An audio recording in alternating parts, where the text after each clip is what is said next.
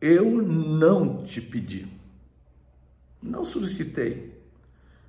Quantas das vezes você pode passar por uma situação, ou passa por uma situação de oferecer algo para alguém e a pessoa não valorizar porque ela não pediu aquilo?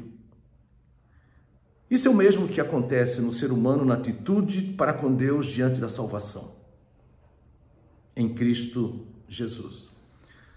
Eu lembro que alguns anos atrás, início da década de 80, cidade de Mariana, Minas Gerais, conversando com um artista que trabalhava com talhar madeira num ateliê, eu falei sobre a salvação em Cristo Jesus. E ele virou para mim e pergunta: o que eu preciso fazer? Eu falei: preciso se arrepender dos seus pecados e precisa ter fé, porque Cristo morreu na cruz por você, morreu na cruz pela humanidade, pelos nossos pecados. Ele virou para mim e falou: mas eu preciso fazer só isso?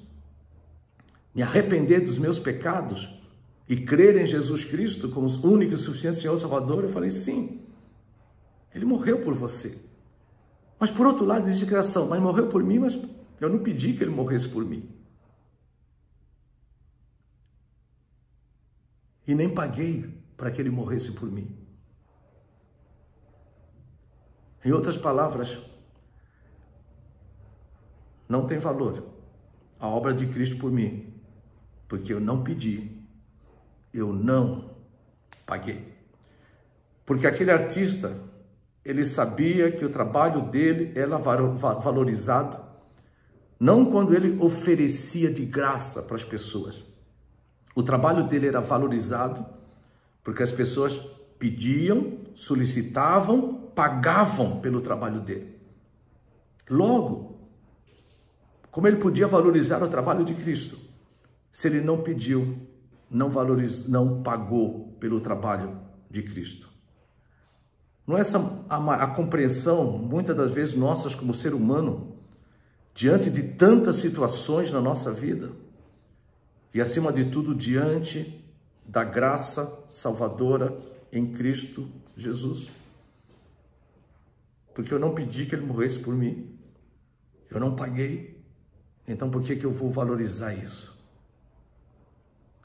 Você vai valorizar, porque apesar de não ter pedido, apesar de não ter pago, Cristo, movido por amor, ciente da nossa tolice como seres humanos, da nossa ignorância espiritual, ele fez por nós o que nós necessitamos, sem ter conhecimento da nossa própria necessidade.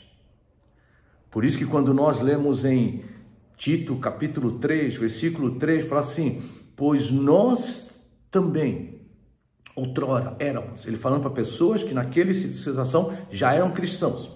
Então todos que aqueles ainda não são verdadeiramente cristãos, eles continuam. Seria: nós também somos. Mas para quem é verdadeiramente cristão, nós também outrora éramos nécios, tolos, insensatos, fala desobedientes, desgarrados, escravos de toda sorte de paixões e prazeres, vivendo em malícia e inveja, odiosos e odiando-nos uns aos outros. Ou seja, problemas de tolice, de ausência de sabedoria espiritual, mas ao mesmo tempo problema de relacionamentos com Deus, uns com os outros, escravos dos nossos vícios e das nossas paixões. E ao mesmo tempo, ignorantes a respeito da nossa necessidade da salvação em Cristo.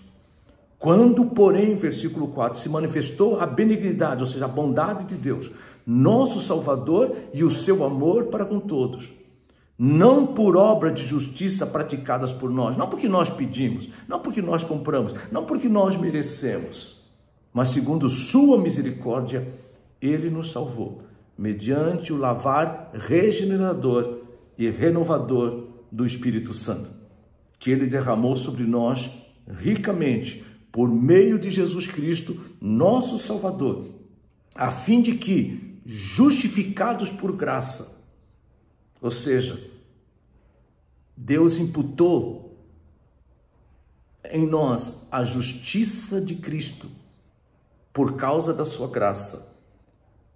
E Cristo levou sobre nós os pecados e por isso morreu na cruz, pagou um alto preço, para que nós nos tornemos seus herdeiros, segundo a esperança da vida eterna. Você não pediu, você não pagou, mas Ele, consciente da sua necessidade, por amor e misericórdia, Ele agiu, Ele pagou o preço. Portanto, é uma obra tremendamente valiosa, sem preço, que humanamente possa ser pago. Um forte abraço para você.